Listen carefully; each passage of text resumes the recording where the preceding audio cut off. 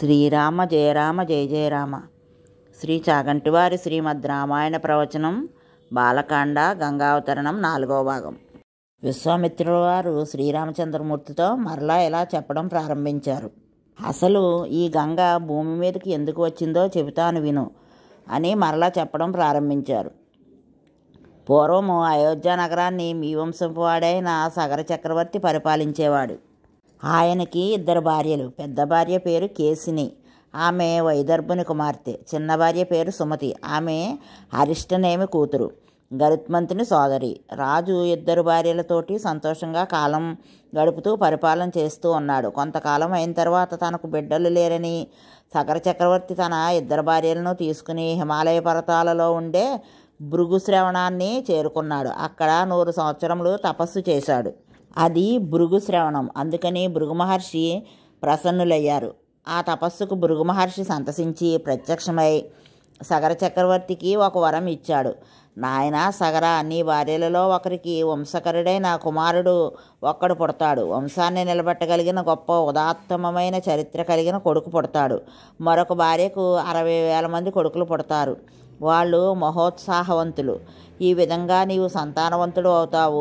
ఇక తపస్సు చాలించి అయోధ్య నగరానికి వెళ్ళవలసింది అని చెబుతాడు. ఈ విషయాన్ని సగరుడు తన భార్యలు ఇరువురికి చెప్పాడు. అయితే వారు ఎవరికెవరు పుడతారో కనుక్కున్నారా అని భర్తను అడిగారు. నేను కనుక్కోలేదు, మీరే ఎవరు కావాలో భృగు మహర్షి దగ్గరకు వెళ్ళి అడగండి, ఆయన వరప్రదాత అన్నాడు. అప్పుడు వారు భృగు మహర్షి వద్దకు వెళ్ళారు. వాళ్ళ సందేహాన్ని చెప్పారు. అప్పుడు భృగు మహర్షి ఎవరికి ఎటువంటి సంతానం కావాలో వారినే అడగమన్నాడు. పెద్ద భార్య అయిన కేసిని తనకు వంశకరుడైన ఒక్క కుమారుడు కావాలి అంది. రెండవ భార్య సుమతి తనకు అమితోత్సాహులైన 60,000 మంది పిల్లలు కావాలని చెప్పింది. మహర్షి తదాస్తు అన్నాడు. వాళ్ళు బయలుదేరి మరలా అయోధ్య నగరానికి వెళ్ళిపోయారు. కొంతకాలానికి పెద్ద భార్యకు ఒక కుమారుడు జన్మించాడు. అతనికి అసమంజసుడు అని పేరు పెట్టారు. రెండవ భార్యకు ఒక సొరకాయ పిండ స్వరూపంతో పుట్టింది. ఆ సొరకాయ బయటకు రాగానే బద్దలైంది. అందులోంచి 60,000 మంది ఈగలంతంత పిల్లలు బయటపడ్డారు. ఈ 60,000 మంది పిల్లలను పెంచడానికి దాదులకు ఇచ్చారు. వారు ఈ పిల్లలను నేతి కుండలలో పెట్టి పెంచారు. వారు యవ్వనవంతులయ్యారు. సగర చక్రవర్తి కొడుకులు కాబట్టి వారికి సగరులు అని పేరు పెట్టారు. అసమంజసునికి ఒక అలవాటు ఉంది. ప్రతిరోజు సాయంత్రం కొంతమంది పిల్లలను ఆడుకుందామని సరయూ నది వద్దకు తీసుకువెళ్ళేవాడు. ఆటల సమయంలో వారిలో ఒకరిద్దరిని ఈదుకుంటూ బయటకు రాలేని ప్రాంతంలో నీటిలోకి విసిరేసేవాడు. ఆ బిడ్డలు నీటిలో నుండి బయటకు రాలేక అరిచి కేకలు పెట్టి నదిలో మునిగి మరణించేవారు. రాజుగారికి తెలిస్తే బాధపడతారని చాలా కాలం ప్రజలు ఓర్పు పట్టారు. కొంతకాలానికి ఈ విషయం సగర చక్రవర్తికి తెలిసింది. వాడు కొడుకే కావచ్చు, వాడు పాపంతో కూడిన ప్రవర్తనతో ఉన్నాడు. నేను పరిపాలిస్తున్న ప్రజలకు ఇబ్బంది కలిగించాడు. వాడు ఈ రాజ్యంలో ఉండడానికి వీల్లేదు. వానిని రాజ్య బహిష్కారం విధిస్తున్నాను అని అన్నాడు సగరుడు. తన కుమారుడిని రాజ్యం నుండి బయటికి పంపివేశాడు. అయోధ్యను పరిపాలించిన ప్రభువులు అంత ధర్మంగా ఉండేవారు. అసమంజసునికి ఒక కొడుకు ఉన్నాడు. వాని పేరు అంశుమంతుడు.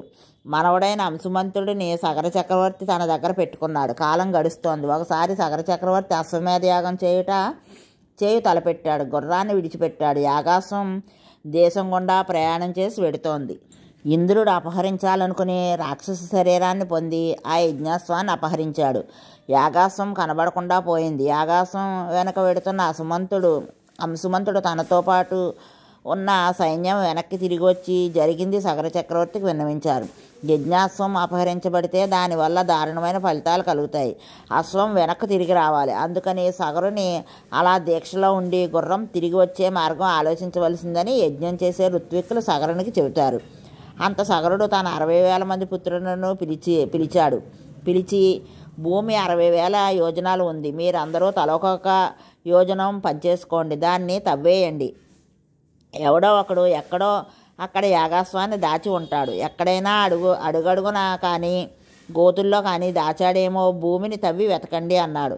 సగరపుత్రులకు వజ్రాల లాంటి గోళ్ళు ఉన్నాయి. ఆ గోళ్లతో వారు భూమిని త్రవ్వి అంతటా వెతికారు. వారు అలా తవ్వుతూ వెతుకుతుంటే భూమి అంతా గోతులు పడిపోతోంది. వచ్చిన ప్రాణులు చచ్చిపోతున్నాయి. వాళ్ళ పాతాళం వరకు తవ్వేస్తున్నారు. దీనిని చూసి ఆశ్చర్యపోయి దేవతలు చతుర్ముఖ బ్రహ్మగారి వద్దకు వెళ్ళి ఈ విషయాన్ని ఆయనకు చెప్పారు. సగరులు భూమిని ఉగ్రరూపాలతో తవ్వుతున్నారు. వారు అలా తవ్వుతుంటే ప్రాణులన్నీ చచ్చిపోతున్నాయి. ఏమి చేయమంటారు అని అడిగాడు. అంత బ్రహ్మ, మీరేమీ బెంగ పెట్టుకోకండి. ఈ భూమి అంతా శ్రీ మహావిష్ణువుది. ఆయన స్థితికారుడు కనుక ఆయనే ఈ భూమిని రక్షించుకోగలడు. ఆయన ఇప్పుడు భూమండలం మీదనే ఉన్నారు. సగరులు పుట్టుకతోటే అల్పాయుష్కులు. వారు ఎక్కువ కాలం బతకరు.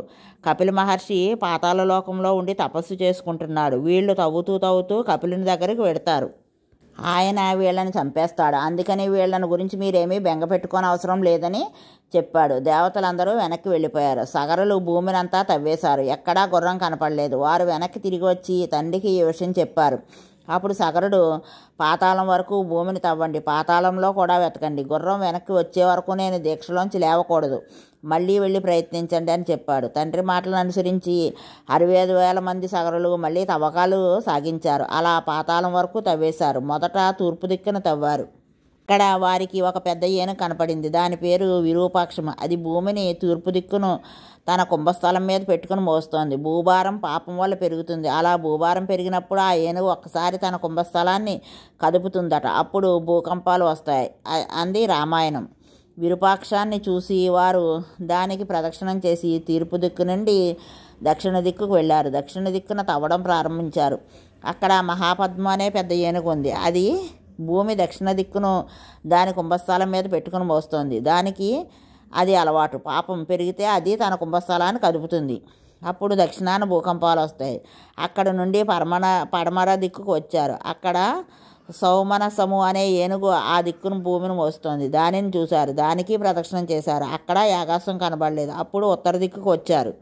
అక్కడ భద్రం అనే ఏనుగు ఉత్తర దిక్కును మోస్తూ కనపడింది. అక్కడ దానికి ప్రదక్షిణం చేశారు. చూశారు. ఎక్కడా అశ్వం కనపడలేదు. ఇంకా వారికి 4 దిక్కులు మిగిలిపోయాయి. అందుకని వారు ఈశాన్య దిక్కును తవ్వడం ప్రారంభించారు. ఆ దిక్కున వారికి ఒక ఆశ్రమం కనిపించింది. ఇది వరలో బ్రహ్మ చెప్పినట్లు ఇక్కడ కపిల మహర్షి కూర్చుని ఉన్నాడు. అక్కడికి వెళ్ళేసరికి సనాతనుడైన విష్ణు భగవానుడు కపిల మహర్షి రూపంలో కూర్చుని ఈశాన్య దిక్కును తపస్సు చేస్తున్నాడు. ఇంద్రుడు అక్కడే యాగాశ్వాన్ని కట్టి వెళ్ళిపోయాడు. ఆ గుర్రం అక్కడ ఉంది. దానిని చూశారు సగరులు. ఇక్కడ తపస్సు చేసుకుంటున్న కపిల మహర్షి యాగాశ్వాన్ని దొంగిలించి ఉండవచ్చునని భావించారు. ఆవేశము ఎంత పని చేస్తుందో చూడండి. కత్తులతో, గుణపాలతో, గొడ్డలతో ఆయనపై దాడి చేయబోయారు. తపస్సు చేసుకుంటున్న కపిల మహర్షి ఒక్కసారి కళ్ళు తెరిచి చూశాడు. 65,000 మంది సగరులు పాపచింతనతో దుర్మేధులై తాను చేయని పాపమును తనకు అంటగట్టి తన మీదకు వస్తున్నారని కపిల మహర్షి గ్రహించాడు. ఒక్క హుంకారం చేశాడు. ఆయన అలా హుంకారం చేసేసరికి ఈ 60,000 మంది ఒక్కసారిగా బూడిద కుప్పలై పడిపోయారు. అక్కడ సగర చక్రవర్తి దీక్ష పట్టి కూర్చున్నాడు. ఎంతకాలమైనా సగరులు వెనక్కి రారు. వీళ్లను వెతుక్కురమ్మని తన మనుమడైన అంశుమంతుని పంపించాడు. సగరులు వెళ్ళిన దారిలోనే అంశుమంతుడు వెళ్ళాడు. మళ్ళీ భూభారాన్ని మోసే దిగ్గజాలు కనపడ్డాయి. వాటికి ప్రదక్షిణలు చేశాడు.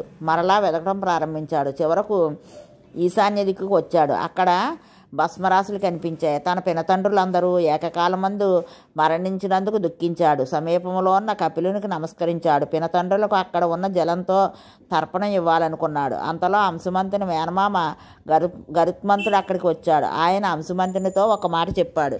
కొన్ని రకాలుగా మరణించే వారికి ఉత్తర క్రియల వలన కూడా శాంతి ఉండదు. ఉత్తర క్రియలు చేసేటప్పుడు అక్కడ ఉన్న నీళ్లు తీసి విడిచిపెడతాము. సగరులు బ్రాహ్మణునికి తపశ్శక్తి చేత మరణించారు. బ్రాహ్మణుని తపశ్శక్తి చేత చనిపోయిన, క్రూరమృగముల చేతిలో మరణించిన, కోరలున్న మృగం చేతిలో మరణించిన, అలా కొన్ని రకాల కారణాల చేత మరణించిన వారికి ఇక్కడ ఉండే లౌకికమైన జలాలతో ఉత్తర క్రియలు చేస్తే అవి ఆకాశానికి వెళ్ళకముందే ఇక్కడే ఆవిరైపోతాయి. పితృదేవతలు దాహం తీరక ఊర్ధ్వలోకాలకి వెళ్ళరు.